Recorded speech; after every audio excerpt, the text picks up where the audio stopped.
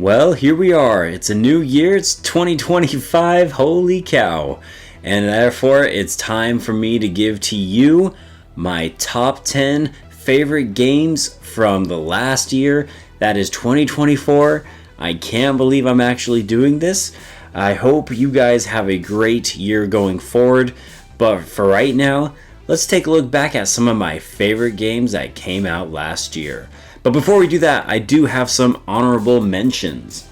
The first one I want to give a shout out to is Animal Well. I can't believe it's not on this list.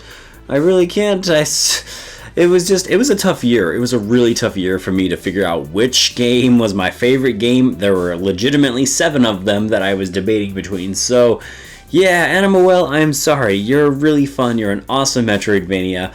Praises to you from top to bottom. So you're getting an honorable mention. And then I also want to give an honorable mention to Metaphor ReFantazio. It is fantastic, and I have no doubts when I actually finish the dang thing. I am dozens of hours in and I still have a little ways to go. But as the game progresses, it will probably be somewhere on this top 10 list. And if it does happen to take the number 1 spot, maybe down the road I'll say, hey, I finished this game and it's my new favorite from 2024. But for now, it has to be an honorable mention because I don't know how the game ends. So I'm just putting it out there right now. I need to finish it. But so far, oh baby, this is a good one. This is a dang good game. With the honorable mentions out of the way, it is time now for you guys to check out my top 10 games of 2024. Enjoy.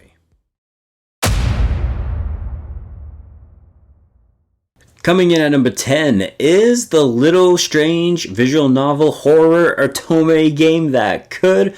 Homicipher, man. This was such a weird game where you play as this girl who ends up in this very dark and mysterious place, and she has to literally decipher what these people are trying to tell her. You will come up with your own theories as to what certain symbols will mean, and you have to use your thinking brain. So it's like a puzzle game, but you can also die from choosing the wrong things or not listening correctly to the people, or if you decipher words incorrectly, it can result in your death. And then at the same time, all of these creepy weirdos, you can also find ways to possibly romance the creepy weirdos. Like I said, it's an otome visual novel / puzzle game, and it's so cool and creepy and fun. If you're looking for something that's very different that you probably have never have experienced before in the video game realm, Homicipher, man, I seriously, you gotta check it out. Even if you're not a fan of otome games, this is one I think that a lot of people, whether or not you are a fan of that subgenre, will enjoy. So, coming in at number 10, Homicipher.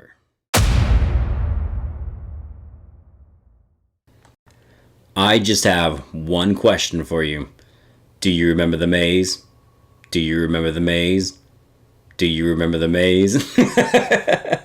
Lorelei and the Laser Eye, or as I like to jokingly call it, Locked Door Simulator. Seriously, there are so many locked doors that you have to figure out.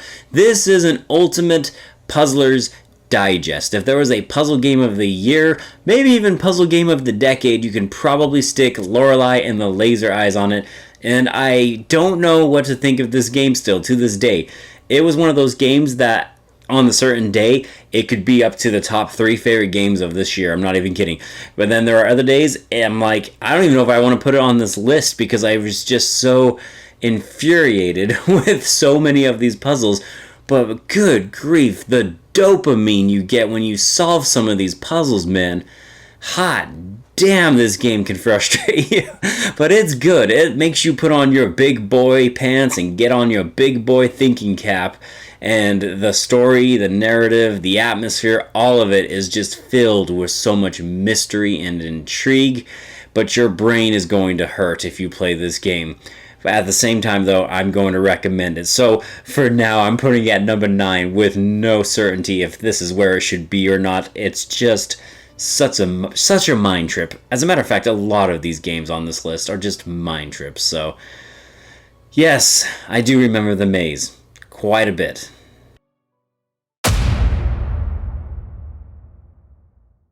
Here's a game that I really do think a lot of people are going to actually have as their game of the year if they've ever played it.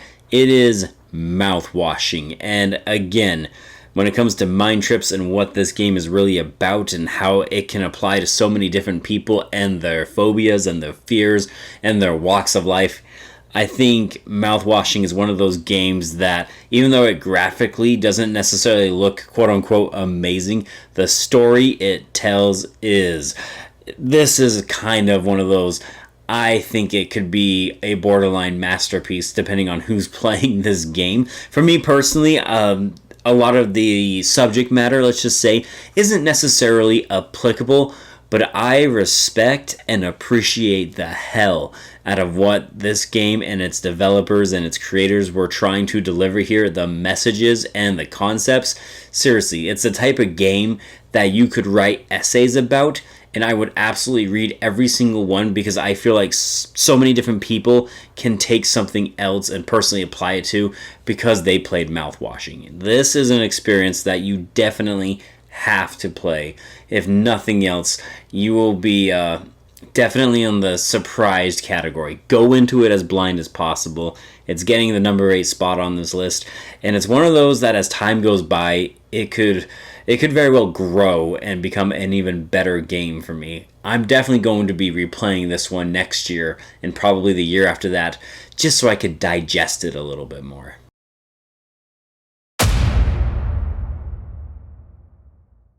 Speaking of WTF games, Indica! This was the weirdest freaking game I played, I swear. This one. Like, all of these games that I'm listing right now are basically psychological horrors in their own way, right? And Indica is definitely a psychological horror, but it had so much, like, down-to-earth, real commentary on things like religion and the way people believe God and the nihilistic viewpoints that people can have. I mean, there's just so much, again, just like Mouthwashing, right? There's just so much to unravel in this little indie title that takes a few hours only to complete. But dang, man, what a roller coaster. I played this with my wife right next to me.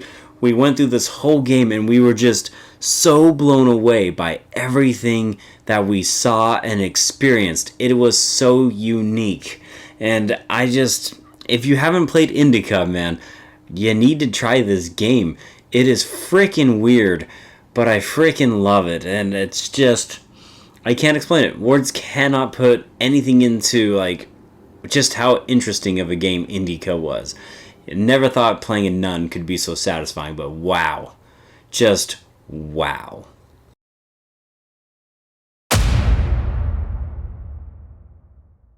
My next choice is a game that I am not 100% sold on, and it might not stay on this list depending on how the conclusion works for the next entry in it. I am, of course, talking about Final Fantasy VII Rebirth.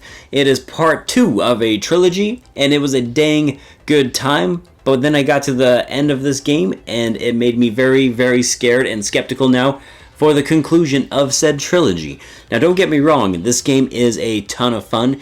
Being able to finally be outside of Midgard and just go around and explore and see everything, amazing.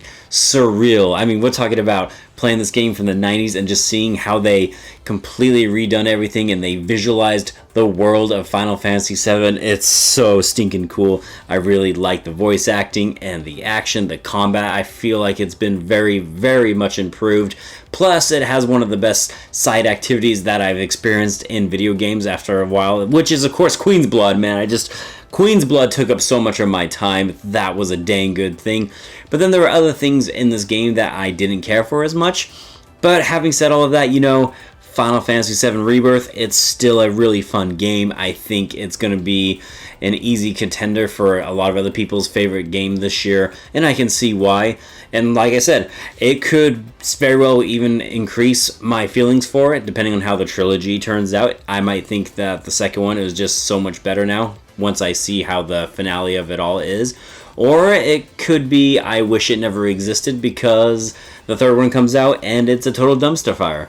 But time will tell, and for right now, Final Fantasy VII Rebirth is sitting comfortably at the number 6 spot on my list.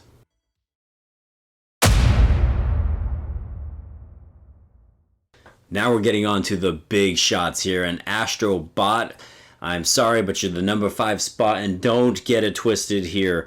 This was a phenomenal video game. I love platformers, and I love games just like Astro Bot. It definitely drew inspiration off of games like Super Mario Odyssey and 3D World, as well as Banjo-Kazooie, not to mention all of the cameos that it had within the game. It was just a dang good time. Even for a glorified PlayStation 5 advertisement, it was a superb experience. I'm still very much happy that this game won the Game of the Year at the Game Awards show. And for me, you know, it just really just these top 5 are just so dang close. And depending on how I'm feeling, this could very well have been my number 1 last week. It's just, that's how close it was. And I love this game. I think it's so much fun. I think they took what they learned from basically the tech demo version of this game, and they just made it and refined it and kind of perfected it in a lot of ways. So yeah, Astro Bot, I love you. You are great. You're my favorite series now from PlayStation, I think. I need more Astro Bot at all times in my life, always, because Astro Bot is the best.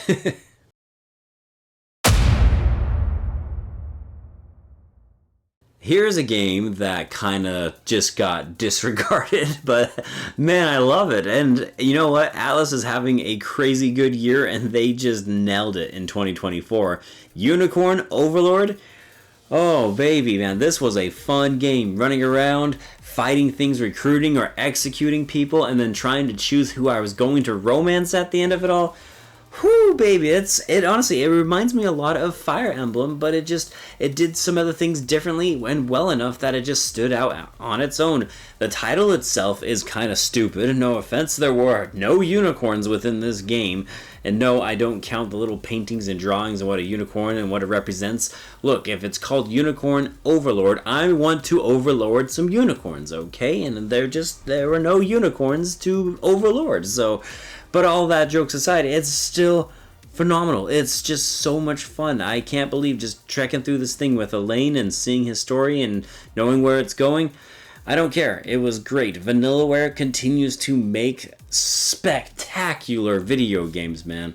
And Unicorn Overlord as a strategy RPG, it definitely deserves to be here. I loved it, and I think you will too. Even if you're not a strategy RPG guy, you can definitely get away with not having any strategy, because people like me can beat it. You can definitely beat it, because I suck at these games. So give it a shot. It's a lot of fun, and it's number 4 on this list. What more do you need to know?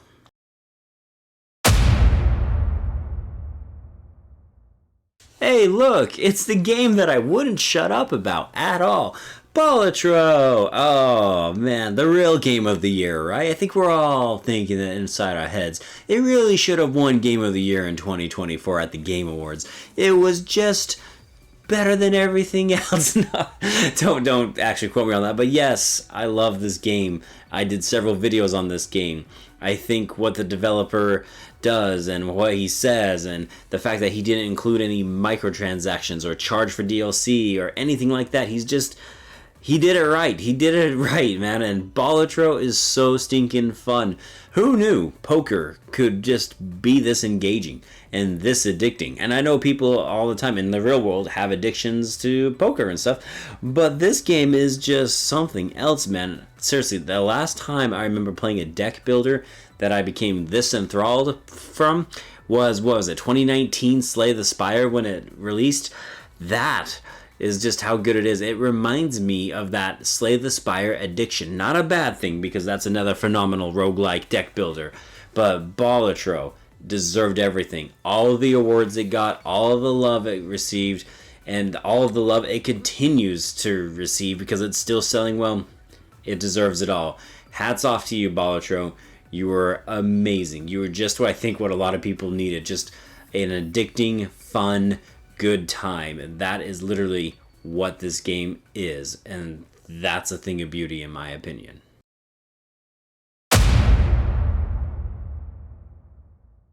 This was a tough one. This was a really hard one. I wasn't certain where I should put this on my list because Persona 3 Reload has gotten a lot of reloads, if you know what I mean. We have what? Persona 3, Persona 3 Fez, Persona 3 Portable, and now the remake. And here we are, Persona 3 Reload. But at the same time, man, when you ask me what was some of my favorite moments in this year, it would be from this game. It's great. Honestly, all real talk here, Persona 3 probably has my favorite story from any of the Persona games. I really do enjoy the narrative more than Persona 4's or 5's, but there are some other things that I can't say that I like that Persona 3 does that the other ones do better. It's just how these things work. And as far as remakes are concerned, this was a good one. I really didn't need to play the Answer DLC, nor did I really care to, because I was just satisfied with where this game ended, and I also was just satisfied with a lot of the things they did to improve it from its predecessors. Despite how people feel about it and how they will continue and will always argue that Fez or Portable is the best one and yada yada, I love Reload. I think it was phenomenal. It was so cool to see all of these characters now in high depth, and I just thought it was a really fun experience to play this year. So yes, a remake is getting all the way up here at number 2. And like I said, I don't know how I'm going to feel about it down the road because all of these other games like Balatro and Unicorn Overlord and Astrobot and Lorelei and Laser Eyes and all of these ones, this could easily be shooken up and I would be okay with where they landed. But for right now, at least, that's where I'm putting it because I have to be honest and I have to be real with myself, and I loved it. Loved it, loved it, loved it, loved it. Loved it to pieces. But alas, there is one game that I think I loved just ever so slightly minuscule levels more.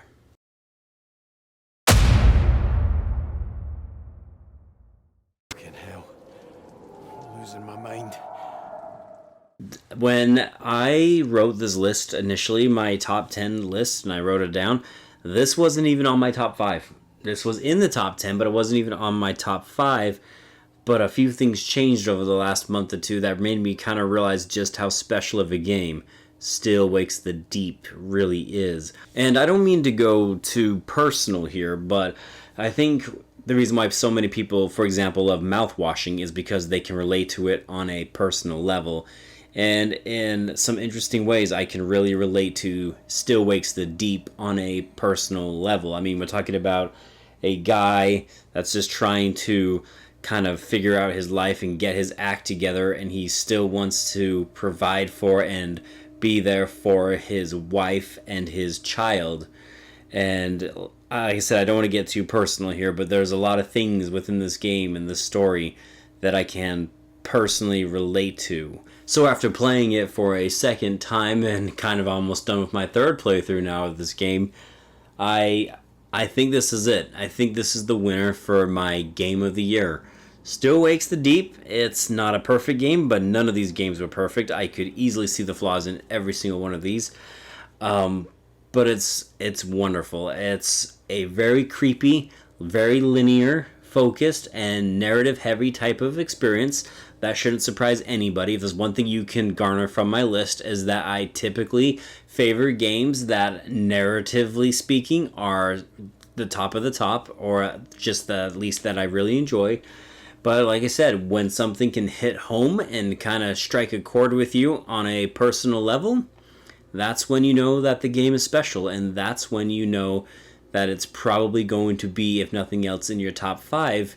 And as I was thinking this over in my head and I was mulling over this list, I realized that this was actually my game of the year. So congratulations to Still Wakes the Deep, you beautiful bastard. You did it. You are, in fact, the number 1 spot. For now, I think this would be a fun year to go back and revisit 5 years from now and replay a bunch of these games and see how I feel about them, and I might do that at some point. But for now, Still Wakes the Deep, you're it. Congratulations, you're a great horror video game. I played a ton of horror games, apparently, that were good enough to be on this top 10 list. So, yay for horror games. They're awesome. And yeah, I hope you guys enjoyed this list. I know it's a little bit strange, And I know these top few are probably going to rub people the wrong way, which is why I'm always willing and would love to hear what your favorite games were this year. Maybe you like something entirely different. Maybe you thought Stellar Blade, for example, should have been on this list. But let me know in the comments down below. And as always, thank you, and I hope you guys are having a great 2025 already. I am Bradley Overrated, out like a trout. Praise be to Yevon, and I will see you on the next one. Take care.